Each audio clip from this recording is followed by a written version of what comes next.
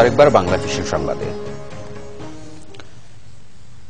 খুলনা ৪ আসনের আওয়ামী লীগের সাবেক সংসদ সদস্য মোল্লা জালাল উদ্দিনের পুত্রবধূ রাব্বি সুলতানা লিপির গুলিবিদ্ধ লাশ নিজ বাসভবন থেকে উদ্ধার করেছে পুলিশ। বুধবার রাত 8:30টার দিকে এই ঘটনা ঘটে।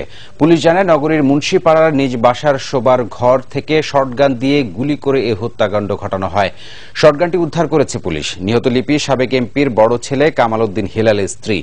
হেলাল পবিত্র হজ পালন শেষে এখনো সৌদি আরব অবস্থান করছেন বলে এমপির পরিবার থেকে জানানো হয়েছে। তবে অন্য একটি সূত্র জানিয়েছে, ঘটনার পর হেলাল বাড়ি থেকে পালিয়েছে।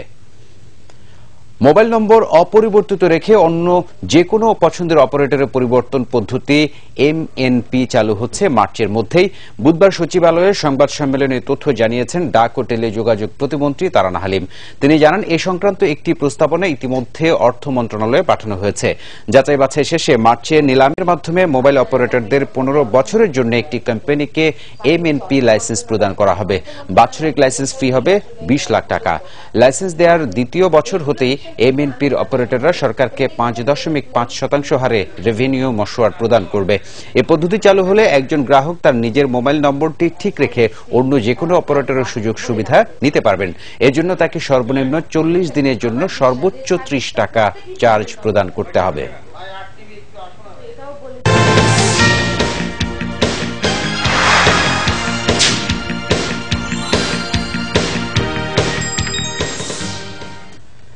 এবার প্রবাসের কিছু খবর নিয়ে দেখুন একটি ডেস্ক রিপোর্ট। প্রধানমন্ত্রী শেখ হাসিনার চ্যাম্পিয়ন অব দ্য আর্থ পুরস্কার প্রাপ্তিতে আনন্দ উদযাপন ও আলোচনা সভা করেছে যুক্তরাজ্য শাখা ছাত্রলীগ। পূর্ব লন্ডনের একটি হলে অনুষ্ঠিত আয়োজনে সভাপতিত্ব করেন সংগঠনের সভাপতি তামিম আহমেদ।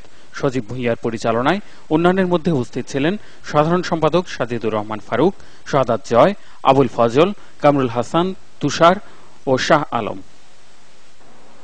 শাহ এএমএস কিবরিয়া হত্যা মামলায় হবিগঞ্জের সাবেক পৌর মেয়র জিকে গৌসকে কারাবন্দী রাখার প্রতিবাদে সভা ও তার সুস্বাস্থ্য কামনায় দোয়া মাহফিল করেছে জেদ্দা প্রবাসী হবিগঞ্জবাসী। ব্যবসায়ী হাফিজুর রহমানের সভাপতিত্বে প্রধান অতিথি ছিলেন বিশিষ্ট ব্যবসায়ী আহমেদ আলী মুকিব। বক্তব্য রাখেন মুস্তফা, জিয়া, মামুন, কামরুল, নীলু, আলিমউদ্দিন সহ আরো অনেকে। বাংলাদেশের সংক্ষিপ্ত রাজনৈতিক সফর শেষে দাম্মামে ফিরে যাওয়া সৌদি আরব কেন্দ্রীয় স্বেচ্ছাসেবক দলের সভাপতি শোয়েব বিন আহমেদ সোহেলকে সংবর্ধনা দেওয়া হয়েছে। আলী আসগর, মিজানুর রহমান, জসিমউদ্দিন ননাই, শামীম আল মামুন, শাহ আলম, সালাম ফারুক, সুমন সহ সৌদি আরবের কেন্দ্রীয় স্বেচ্ছাসেবক দল ও আল জুবাইল কেন্দ্রীয় বিএনপির নেতাকর্মীরা এ সময় উপস্থিত ছিলেন। University of west London Pillars রেস্টুরেন্টে অনুষ্ঠিত হল Asian and oriental chef of the year competition 2015। এফওবিসির চেয়ারম্যান ইয়ার খানের নেতৃত্বে প্রতিযোগিতায় অংশ নেন বাবর রেস্টুরেন্ট, ফরেস্ট হিলের জওয়ান লাল, তাজ কুইজিন চ্যাটহ্যামের আবুল মনসুর, এভারেস্ট ইন এসফোর্ডের শঙ্কর পান্ডে, রাজবাড়ী ইয়ামের সেলিম সিদ্দিক, সাজনা রচেস্টারের জামাল উদ্দিন আহমেদ, আব্দুল সবুর, বেলিফ ব্রিস্টলের মোহাম্মদ বেলাল উদ্দিন, নাহার নিউ ক্যাসেলের মইনুল আলম। এবার আমিন জুয়েলার্স আন্তর্জাতিক সংবাদ।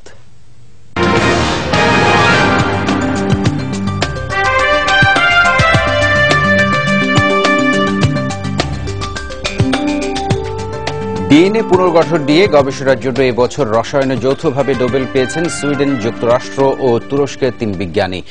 সুইডেনের নোবেল কমিটি জানিয়েছে, সুইডেনের টমাস লিন্ডাল, যুক্তরাষ্ট্রের পল মডরিস এবং যুক্তরাষ্ট্র ও তুরস্কের দ্বৈত নাগরিক আজিজ সাঞ্চারের এই আবিষ্কার ক্যান্সার চিকিৎসায় নতুন সম্ভাবনা তৈরি করেছে।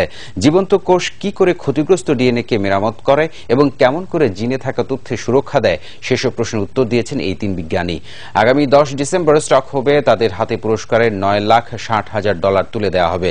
এর মধ্যে ঘোষণা করা হয়েছে চিকিৎসা ও পদার্থবিজ্ঞানের নোবেল জয়ীদের নাম। বৃহস্পতিবার সাহিত্য, শুক্রবার শান্তি এবং 12 অক্টোবর অর্থনীতিতে নোবেল জয়ীদের নাম ঘোষণা করা হবে। এবার ক্লেমন খেলার সংবাদ।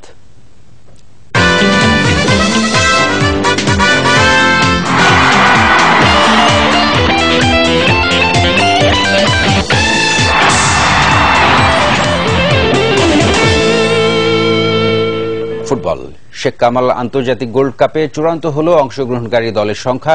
একই সাথে এএফসি স্বীকৃতিও পেয়েছে এই টুর্নামেন্টটি। 5টি বিদেশি ক্লাব নিয়ে 20 থেকে 30 October Chittagong M A Aziz স্টেডিয়ামে অনুষ্ঠিত হবে এই গোল্ড কাপ।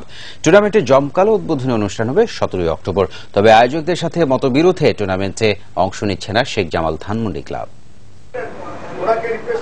চট্টগ্রাম আবাহনীর উদ্যোগে প্রথমবারের মতো অনুষ্ঠিত হতে যাচ্ছে শেখ কামাল আন্তর্জাতিক গোল্ড কাপ ফুটবল। খেলবে দেশি বিদেশি 8টি ক্লাব। তবে টুর্নামেন্টের সময় ঘনিয়ে আসলেও দল সংখ্যা নিয়েছিল অনিশ্চয়তা। ঢাকা মোহামেডান, আবাহনী ও চট্টগ্রাম আবাহনীর সাথে শেখ জামাল ধানমন্ডি ক্লাবের অংশ নেওয়ার কথা থাকলেও খেলছে না প্রিমিয়ার লিগ চ্যাম্পিয়নরা। টুর্নামেন্ট নিয়ে বিরূপ মন্তব্য করায় ক্লাবের সভাপতির প্রতি ক্ষুব্ধ আয়োজকরা। টুর্নামেন্টের আকর্ষণ বাড়াতে ভুটানের একটি ক্লাবের বদলে নেওয়া হয়েছে পাকিস্তানের করাচি ইলেকট্রিক ফুটবল ক্লাবকে। এইসব দেশগুলোর চ্যাম্পিয়ন ভালো টিমগুলো, ভুটান থেকে পাকিস্তান অনেক স্ট্রং টিম। শেখ জামাল তো আমাদের গর্ব, আমাদের অহংকার। ওই ক্লাবকে আমরা নেওয়ার জন্য আমাদের চেষ্টার কোনো ত্রুটি ছিল না। উনি আমার চেয়ে অনেক বেশি বুঝেন, হয়তোবা বেশি বুঝেন বলেই উনি পিছিয়ে গেছেন আর কি। উনি যেভাবে বলেছেন যে আমরা শেখ কামালকে নিয়ে স্বার্থ চরিতার্থ করার জন্য এসব করছি। এই টুর্নামেন্টটা খুবই জাঁকজমকপূর্ণ টুর্নামেন্ট হবে। বাংলাদেশের ইতিহাসে ফুটবলের একটা আমরা ডিফারেন্ট লুক দিতে চাই। বাংলাদেশের ইতিহাসে প্রথম আমরা কিন্তু করতে যাচ্ছি এবং এটা আমরা নট অনলি বাংলাদেশ, এটা সমস্ত সাউথ ইস্ট এশিয়াতে আমরা এটাকে ব্র্যান্ডিং করব। এছাড়াও ভারতের ইস্ট বেঙ্গল ও কলকাতা মোহামেডান, শ্রীলঙ্কার সলিড এফসি, আফগানিস্তানের দি স্প্রিঙ্গার বাজান ক্লাব খেলছে এই টুর্নামেন্টে। এফসির স্বীকৃতিও নিশ্চিত হয়েছে টুর্নামেন্টের। শেখ জামাল ক্লাবের জাতীয় ফুটবলারদের স্থানীয় 3 দলে খেলার সুযোগ দেওয়া হবে আশা আয়োজক ও বাফুফের। যেই সব ক্লাব খেলবে না সেই সব ক্লাবের প্লেয়ারদেরকে ফ্রি করে দেওয়ার জন্য। উনি কত দূর করেন এটা তো বুঝতে পারবো না, করে দিলে খেলতে পারবে। যারা নাকি এটার অর্গানাইজ করছেন তারাও চাচ্ছেন যে এটা ইন্টারন্যাশনাল টুর্নামেন্ট হিসেবে খেলার জন্য। এই জন্যই আমরা এটা এফসির কাছে এটা স্বীকৃতি চেয়েছি। স্বীকৃতি এটা হয়েছে, এখন তারা প্রতিবারই এই টুর্নামেন্টটা করতে পারবে। এখানে যারা ন্যাশনাল টিমের প্লেয়ার আছে তারা সবাই এই টুর্নামেন্টে খেলবে। টুর্নামেন্টে অংশগ্রহণের ফি হিসেবে 5 লাখ করে টাকা পাবে প্রতিটি ক্লাব। চ্যাম্পিয়ন দল $25,000 ও রানার্স আপ দল পাবে $10,000। প্রতি বছরই টুর্নামেন্টটি আয়োজনের আশা চট্টগ্রাম আবাহনীর। মানিক মাহমুদ, বাংলা ভিশন, ঢাকা। ক্রিকেট। নভেম্বরের টেস্ট সিরিজ খেলতে বাংলাদেশে আসছে জিম্বাবুয়ে।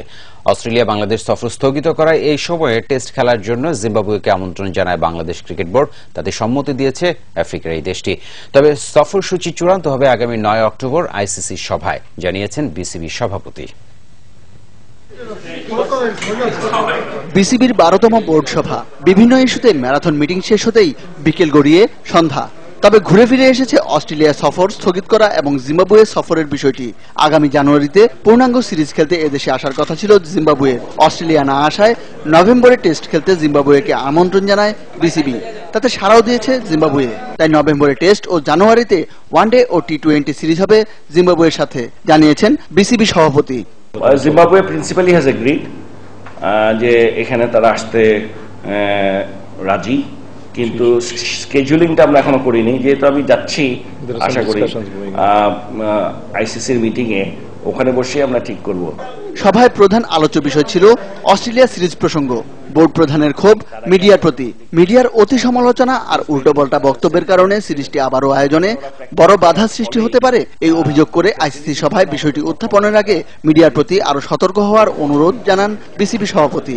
3 মোড়লের জন্য হচ্ছে না, আমরা যাতে উপরে না উঠতে পারি সেই জন্য ষড়যন্ত্র। তারপর যদি বলা হয় মহিলা টিম পাকিস্তানে গেল দেখে, এই যে এই সমস্ত বলে আমাদেরকে কিন্তু একটু বেকায়দায় ফেলে দেওয়া হচ্ছে। এই যে ওদের সাথে একটা দূরত্ব সৃষ্টি করা হচ্ছে, এটার কোনো কারণ নাই। কারণ যারা বলছে তারা জানে না, কিন্তু এইভাবে একজন এসে টিভিতে বলে যাবে ইচ্ছা মতো, এটা কিন্তু আমাদের জন্য খুব ক্ষতি করে।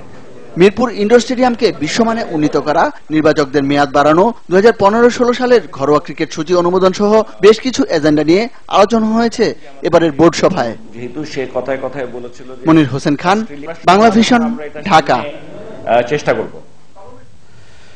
সুপ্রিয় দর্শক, এই ছিল এখনকার মতো আমাদের পরবর্তী সংবাদ সকাল 7:30টায় দেখার আমন্ত্রণ রইল। এছাড়া দেশ বিদেশের সর্বশেষ সংবাদ সবার আগে জানতে আপনার গ্রামীণ ফোন বাংলা লিঙ্ক এবং এয়ারটেল থেকে ডায়াল করুন 1616 নম্বরে। আর এতক্ষণ সাথে থাকার জন্য আপনাদের সবাইকে ধন্যবাদ। শুভরাত্রি।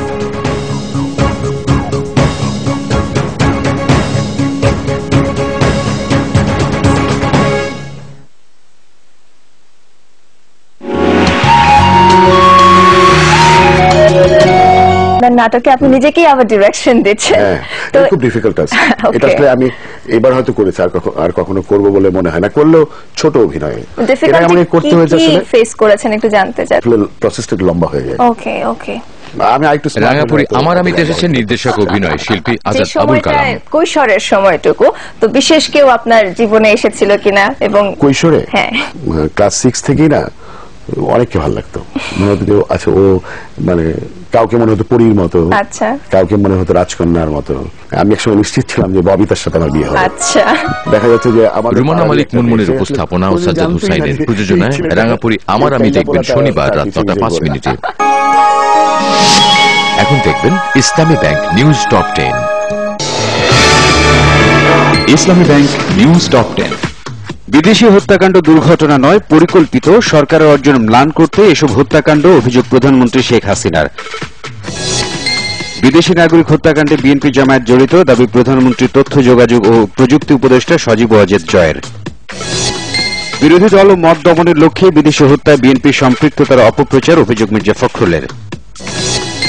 বিদেশি হত্যা নিয়ে কোন দেশের গোয়েন্দা সংস্থা তথ্য দেয়নি, এ হত্যায় বিএনপি নেত্রী যোগসূত্র খতিয়ে দেখার আহ্বান মন্ত্রীদের। বিদেশিদের উপর হামলা হতে পারে এ বিষয়ে সুনির্দিষ্ট কোনো তথ্য দেয়নি কোনো রাষ্ট্রই, জানিয়েছেন স্বরাষ্ট্রমন্ত্রী। মেডিকেলে নতুন ভর্তি পরীক্ষা দাবিতে ভর্তি ছিদর ঘেরাও কর্মসূচিতে পুলিশের বাধা, স্বাস্থ্যমন্ত্রী বললেন অহেতুক উত্তেজনা সৃষ্টির চেষ্টা।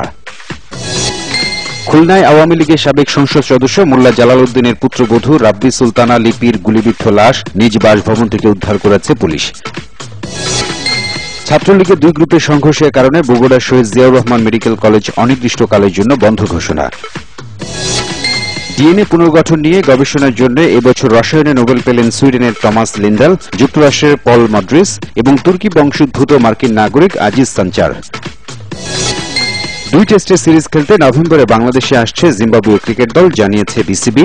নির্বাচী কমিটির মেয়াদ বাড়ল আরও 1 বছর।